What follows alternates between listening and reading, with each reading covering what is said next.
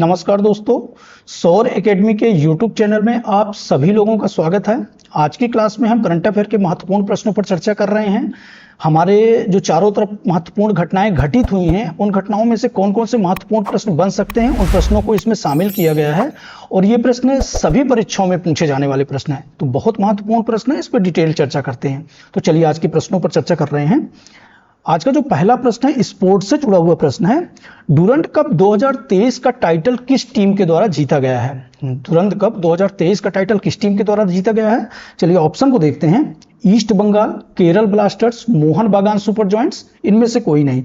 तो यहाँ पे जो ऑप्शन सी है, मोहन बागान सुपर जॉयंट्स। डुरंड कप 2023 का जो खिताब जीता गया है वो किसके द्वारा जीता गया है? मोहन बागान सुपर जॉयंट्स के द्वारा। चलिए डिटेल देख लेते हैं। डुरंड कप 2023 का जो खिताब जीता है, किसने जीता है? मोहन बागान सुपर जॉयंट्स ने जीता है। और ये इसका कौन सा खिताब है? 17वां खिताब है। ये भी याद रखिए, 17वां खिताब है।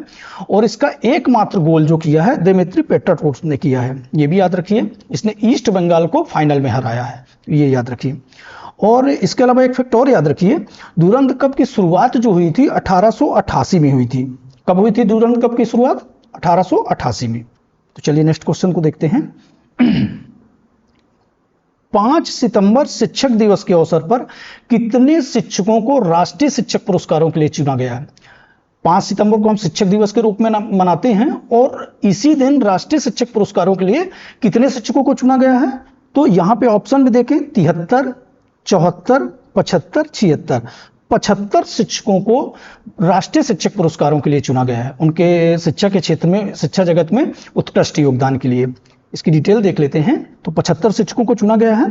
और जो हम शिक्षक दिवस मनाते हैं तो भारत के भूतपूर्व राष्ट्रपति डॉक्टर सर्वपल्ली राधाकृष्णन के जन्म दिवस के उपलक्ष्य पे मनाते हैं। ये 1962 से हमने शुरू किया था, डॉक्टर सर्वपल्ली राधाकृष्णन के जन्मदिन के अवसर पर। नेक्स्ट क्वेश्चन को देखते हैं। हाल ही में किस राज्य में श्री राम राजा लोक की आधारशिला रखी गई है? किसकी? राम राजा लोक की आधारशिला रखी गई है। तो किस राज्य में रखी गई है? मध्य प्रदेश, बिहार, राजस्थान, उत्तर प्रदेश। तो ये कहां पे रखी गई है? मध्य प्रदेश में रखी गई। मध्य प्रदेश के निवाड़ी जिले के ओरछा नामक स्थान पे। तो चलिए डिटेल देख लेते हैं। ये राम राजा मंदिर है। यहां पे देखते हैं, मध्य प्रदेश के मुख्यमंत्री शिवराज सिंह चौहान जी ने मध्य प्रदेश के निवाड़ी के ओरछा जिले में, मध्य प्रदेश के निवाड़ी जिले के ओरछा नामक स्थान पर राम राजा लोक का भूमि पूजन किया है। इसमें लागत कितनी लगी है? तो इसमें 81 करोड़ की लागत लगी है। कितनी लागत लगी है? 81 करोड़ की। और ये इसलिए भी महत्वपूर्ण हो जाता है कि भारत का एकमात्र मंदिर है जिसमें भगवान राम को राजा के रूप में पूजा की जाती है। भारत का एकमात्र मंदिर है जिसमें राम को राजा के रूप में पूजा की जाती है। तो इसलिए भी महत्वपूर्ण है। करंट अफेयर से जुड़ा हुआ क्वेश्चन है तो महत्वपूर्ण हो जाता है परीक्षा के लिहाज से। नेक्स्ट क्वेश्चन को देखते हैं।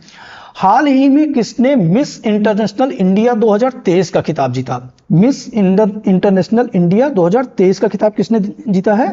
तो यहां पे अंजना राव, प्रवीणा अंजाना, ज्योति मुखर्जी, कविता श्री। तो किसने जीता है? ये प्रवीणा अंजाना ने जीता है। किसने जीता है? प्रवीणा अंजाना ने मिस इंटरनेशनल इंडिया 2023 का। ये जो आयोजन हुआ था, ये कहां पे हुआ था? जवाहरलाल नेहरू स्टेडियम दिल्ली में हुआ था। कार्यक्रम क्या था? Miss international India 2023। ये याद रखिएगा। किसने जीता था? प्रवीणा अंजाना ने। ये राजस्थान से संबंधित हैं। और ये आगे जापान में मिस इंटरनेशनल, ये मिस इंटरनेशनल इंडिया जीता है। अभी मिस इंटरनेशनल 2023 में भारत का प्रतिनिधित्व करेंगी। तो ये भी याद रखिए, यदि पूछा जाता है क्वेश्चन कि मिस इंटरनेशनल 2023 में भारत का प्रतिनिधित्व कौन करेंगी, तो ये मिस इंटरनेशनल इंडिया 2023 प्रवीणा अंजाना करेंगी। नेक्स्ट देखते हैं। हाल ही में अंतरराष्ट्रीय एयरोस्पेस सम्मेलन का आयोजन कहां किया गया? अंतरराष्ट्रीय एयरोस्पेस का सम्मेलन कहां किया गया था? तो ये मध्य प्रदेश के ग्वालियर शहर में। कहां किया गया था? मध्य प्रदेश के ग्वालियर में। चलिए डिटेल देख लेते हैं। मिनिस्ट्री ऑफ सिविल एविएशन और स्टील श्री ज्योतिरादित्य सिंधिया ने मध्य प्रदेश के ग्वालियर में अंतरराष्ट्रीय एयरोस्पेस सम्मेलन का उद्घाटन किया। कहां पे किया था? ग्वालियर में। एरो स्पेस सम्मेलन का उद्घाटन किया था? आयोजनकर्ता कौन थे, किनके द्वारा किया गया था? तो ये मिनिस्ट्री ऑफ सिविल एविएशन और कॉन्फेडरेशन ऑफ इंडियन यूनिवर्सिटी, ये दो का संयुक्त रूप से किया गया था। मिनिस्ट्री ऑफ सिविल एविएशन और confederation of Indian university.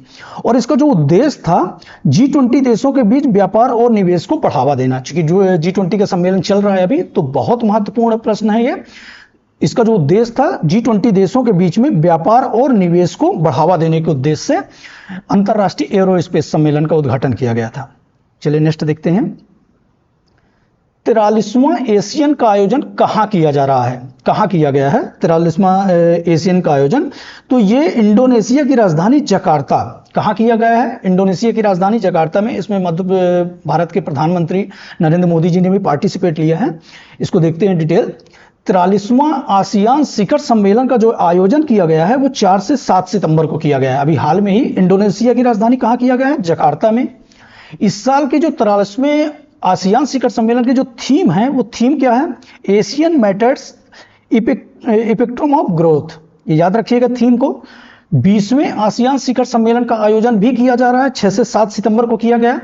Asian की यदि हम बात करें फुल फॉर्म की, तो एशियन का फुल फॉर्म क्या है? Association of south east Asian Nations. ये याद रखिएगा, प्रश्न पूछा जा सकता है। एशियन का full form association of south east Asian Nations. इसकी स्थापना की बात करें तो स्थापना कब हुई थी? 8 अगस्त 1967। कब हुई थी स्थापना? 8 अगस्त 1967 को हुई थी। मुख्यालय इसका कहाँ है? बैंकॉक, थाईलैंड में।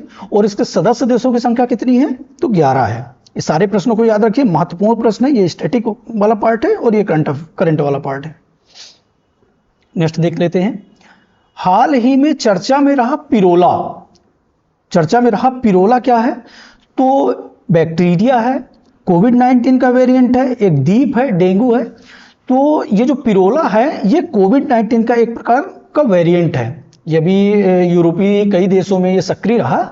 ये कोविड-19 का एक वेरिएंट है। और इसमें एक फैक्ट और याद रखिएगा, कोविड-19 जो होता है वो किसके कारण? वायरस के कारण फैलता है। ये पूछा गया क्वेश्चन, आगे भी पूछा जा सकता है, तो ये फैक्ट याद रखिएगा।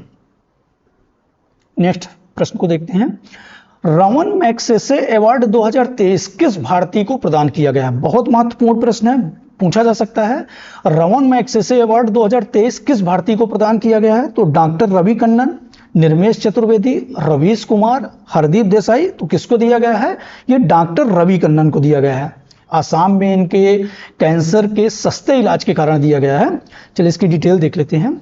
डॉक्टर जो रवि कन्नन है, 2007 से आसाम के कछार cancer hospital and research centre के डायरेक्टर के रूप में कार्यरत हैं। और इन्होंने जो उपलब्धि हासिल की है, कैंसर जैसी बड़ी बीमारी को कम लागत पर ठीक करते हैं।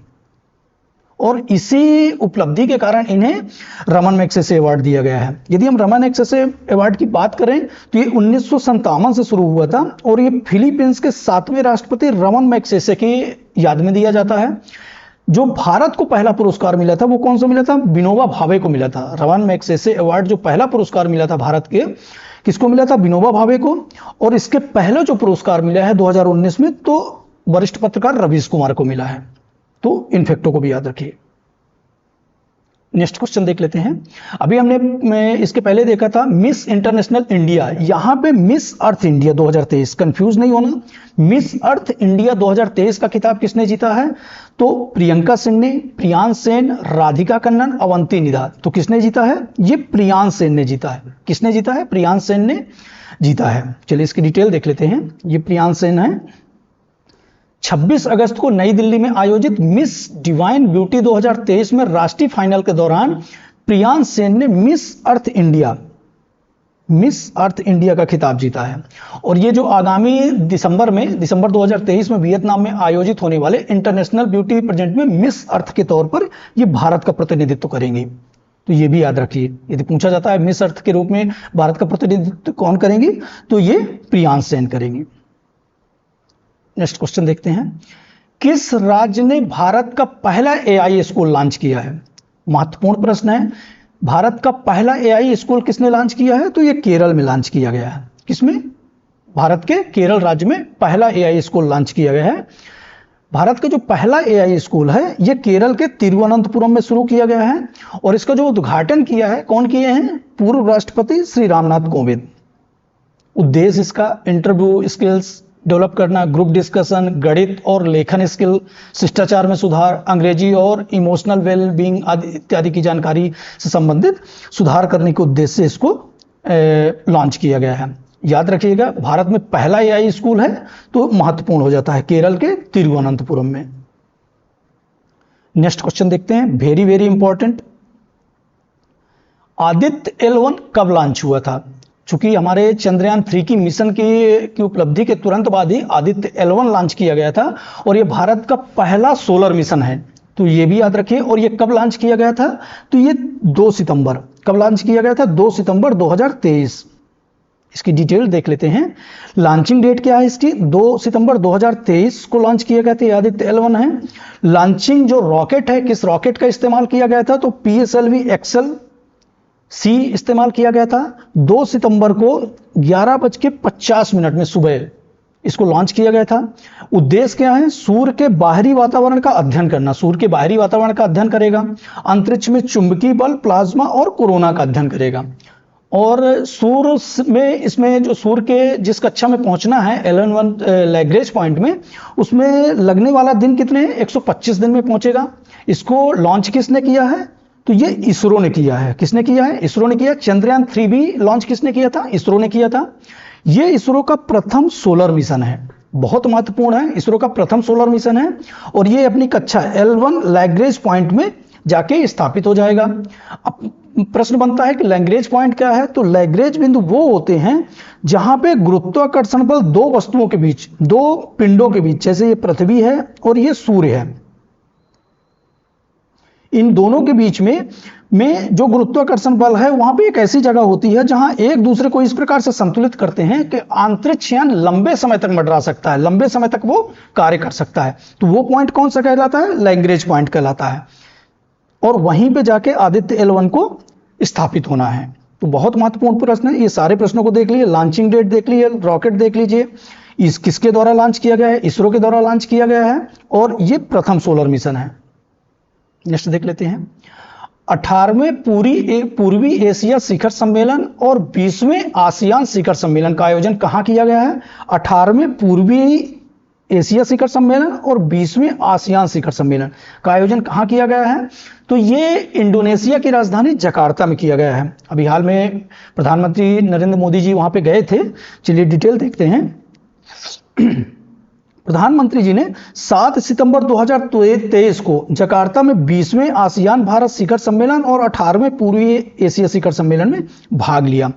जो प्रथम शिखर सम्मेलन हुआ था वो कहां पे हुआ था? 2005 में हुआ था, कुआलालंपुर में, मलेशिया में। और इसके पहले 17वां शिखर सम्मेलन कहां पे हुआ है? 2022 में कंबोडिया में। 2023 में कहां पे हुआ? जकार्ता, इंडोनेशिया में। तो ये तीनों फैक्ट याद रखिए। नेक्स्ट क्वेश्चन देखते हैं, चर्चित प्रोजेक्ट नमन किसके द्वारा शुरू किया गया है? जो प्रोजेक्ट नमन है वो किसके द्वारा शुरू किया गया है?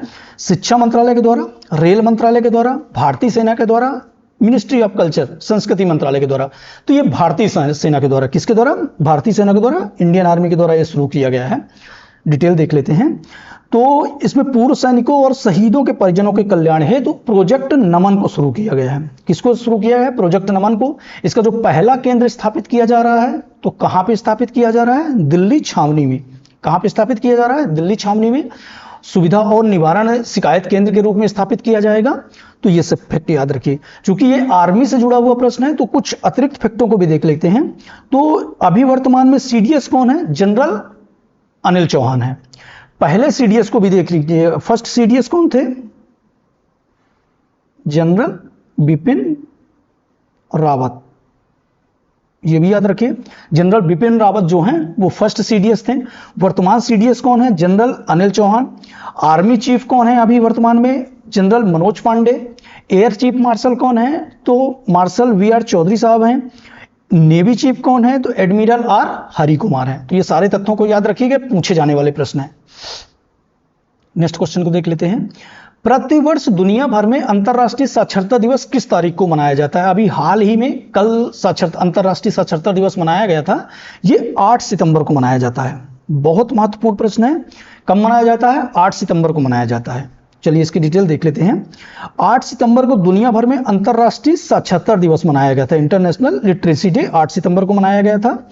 ये प्रतिवर्ष 8 सितंबर को ही मनाया जाता है, ये फिक्स डेट है, 8 सितंबर को ही प्रतिवर्ष मनाया जाता है। और इस साल की जो थीम रखी गई है, क्या रखी गई है? Promoting literacy for worth in transition, building for foundation for. तो ये याद रखिएगा इस साल की थीम। नेक्स्ट देख लेते हैं। हाल ही में कौन प्रथम महिला रेलवे बोर्ड की नई चेयरपर्सन बनी है? चूंकि प्रथम महिला है जो रेलवे बोर्ड की नई चेयरपर्सन बनी है, तो बहुत महत्वपूर्ण हो जाता है। तो कौन बनी है? रिया कुमारी वर्मा, जय वर्मा सिन्हा, अंकिता सिंह राव, प्रियांजलि पाठक। तो ये जय वर्मा सिन्हा बनी है। कौन बनी है? जय वर्मा सिन्हा बनी है, जो प्रथम महिला है जो रेलवे बोर्ड की चेयरपर्सन बनी है। डिटेल देख लेते हैं। इसके पहले जो रेलवे बोर्ड के चेयरपर्सन थे वो कौन थे? अनिल कुमार लोहाटी थे। उनको रिप्लेस करके जय वर्मा सिन्हा रेलवे बोर्ड की नई चेयरपर्सन बनी। इससे पहले वो कहां पे काम करती थी? तो रेलवे बोर्ड के मेंबर ऑपरेशन और बिजनेस डेवलपमेंट के पद पर कार्य कर रही थी। और चेयरपर्सन की जिम्मेदारी संभालने वाली जया वर्मा जो है पहली महिला है। तो महत्वपूर्ण हो जाता है क्योंकि पहली महिला है जिन्होंने रेलवे बोर्ड के चेयरमैन के पद को संभाला है। कौन है? जय वर्मा सिन्हा। नेक्स्ट देख लेते हैं। हाल ही में किस देश ने दुनिया की पहली इथेनॉल से चलने वाली कार लॉन्च किया है? किस देश ने दुनिया की पहली इथेनॉल से चलने वाली कार लॉन्च किया है? तो यहां पे ऑप्शन देखें, जापान, भारत, अमेरिका, ऑस्ट्रेलिया। तो ये भारत ने किया है। ऑटोमोबाइल क्षेत्र में बहुत बड़ी उपलब्धि है कि दुनिया की पहली इथेनॉल से चलने वाली कार को लॉन्च किया है। और इसमें जो मेन उद्देश्य था उसमें हमारी पेट्रोलियम पदार्थों में निर्भरता को कम करना है। तो चलिए डिटेल देख लेते हैं। ये इथेनॉल कार है जो इथेनॉल से चलने वाली कार है। हाल ही में एनर्जी और ऑटोमोबाइल सेक्टर ने भारत में एक नया कीर्तिमान स्थापित किया है और दुनिया की पहली इथेनॉल से चलने वाली इनोवा कार लॉन्च किया है। तो किसने किया है? भारत ने। टोयोटा कंपनी थी जो MPV कार को पूरी तरह से इथेनॉल के ईंधन से चलने वाली कार के रूप में लॉन्च किया है। भारत इथेनॉल आधारित इंजन वाली गाड़ियों को लॉन्च करने का जो प्रमुख उद्देश्य है पेट्रोलियम पदार्थों पर देश की निर्भरता को कम करना। हम बहुत ज्यादा आयात कराते हैं पेट्रोलियम पदार्थ को, तो उस निर्भरता को, जो विदेशों से हमारी निर्भरता है, उस निर्भरता को कम करने के उद्देश्य से इथेनॉल से चलने वाली पहली कार को विकसित किया है। तो किसने विकसित किया है? भारत ने। नेक्स्ट देख लेते हैं। हाल ही में कौन वर्ल्ड एथलेटिक्स चैंपियनशिप में स्वर्ण पदक जीतने वाले पहले भारतीय खिलाड़ी बने हैं? बहुत महत्वपूर्ण प्रश्न है। वर्ल्ड एथलेटिक्स चैंपियनशिप में स्वर्ण पदक जीतने वाले पहले खिलाड़ी कौन बने हैं? तो ये कौन है? सुनील छेत्री, नीरज चोपड़ा, मनप्रीत सिंह, योगेश्वर दत्त। कौन है? नीरज चोपड़ा। देख लेते हैं। अभी हाल ही में बुडापेस्ट में जारी जो वर्ल्ड एथलेटिक्स चैंपियनशिप में हुई थी उसमें जेवलिन थ्रो में किसमें? जेवलिन थ्रो में स्वर्ण पदक जीतकर नीरज चोपड़ा ने इतिहास रचा और ये पहला स्वर्ण पदक इन्होंने जीता है भारत के लिए। इन्होंने दूसरे राउंड में 88.17 मीटर थ्रो कर विश्व रिकॉर्ड बनाया है। Neeraj Chopra world athletics championship में इतिहास में गोल्ड जीतने वाले भारत के पहले भारतीय बने हैं। इससे पहले भी ये मेडल जीत रखे थे। इससे पहले इन्होंने सिल्वर मेडल जीता था। उसी सिल्वर मेडल को इन्होंने कन्वर्ट किस में किया? गोल्ड में कन्वर्ट किया। और उसके पहले जो थे long jumper Anju Bobby George थी, इन्होंने ब्रॉन्ज मेडल जीता था। तो ये भी याद रखिए, ब्रॉन्ज मेडल इससे पहले जीता था। यदि पूछा जाता है कि गोल्ड मेडल से पहले कौन सा मेडल नीरज चोपड़ा जी ने जीता था, तो ये सिल्वर जीता था। उसी को रिप्लेस किया, स्वर्ण पदक अब प्रमोट किया। नेक्स्ट क्वेश्चन को देख लेते हैं। भारत सरकार प्रतिवर्ष देश भर में राष्ट्रीय अंतरिक्ष दिवस, यह भी महत्वपूर्ण प्रश्न है, अभी हाल में बहुत बड़ी उपलब्धि भारत ने हासिल किया है और उसी दिन को, उसी उपलब्धि को यादगार बनाए रखने के लिए राष्ट्रीय अंतरिक्ष दिवस के रूप में भारत सरकार ने मनाए जाने की घोषणा किया है। तो कौन सा दिवस है? वो 23 अगस्त है। कौन सा दिवस? 23 अगस्त को हमने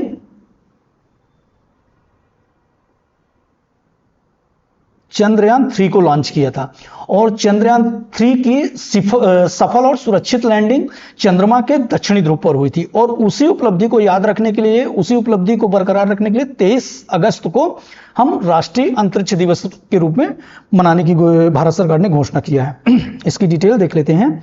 इसरो ने चंद्रयान 3 मिशन को साउथ पोल पर लैंडिंग में जो सफलता मिली है उसमें देश के प्रधानमंत्री नरेंद्र मोदी जी ने 23 अगस्त को राष्ट्रीय अंतरिक्ष दिवस के रूप में मनाने की घोषणा की है। और इसमें कुछ फैक्ट और याद रखिएगा, कुछ और नामकरण भी हुए हैं। चंद्रयान 2 ने जहां पर अपने पदचिन्ह छोड़े थे उस स्थान को क्या नाम दिया गया है? तिरंगा नाम दिया गया है। उस पॉइंट को क्या नाम दिया गया है? तिरंगा। चंद्रयान 2 ने जहां पे अपने पदचिन्ह छोड़े थे उस पॉइंट का नाम दिया गया है तिरंगा। और जिस स्थान पर मून, जो हमारा लैंडर अभी लैंड किया है, मून लैंडर उतरा है, उस स्थान को क्या नाम दिया गया है? शिव शक्ति। चंद्रयान 3 का जो लैंडर लैंड किया है चंद्रमा के साउथ पोल पे, तो उसे क्या नाम दिया गया है? शिव शक्ति। और जहां पे चंद्रयान 2 अपने पदचिन्ह छोड़े थे उसे क्या नाम दिया गया है? तिरंगा। तो ये दोनों फैक्टों को याद रखिएगा। 14 जुलाई 2023 को चंद्रयान 3 को लॉन्च किया गया था।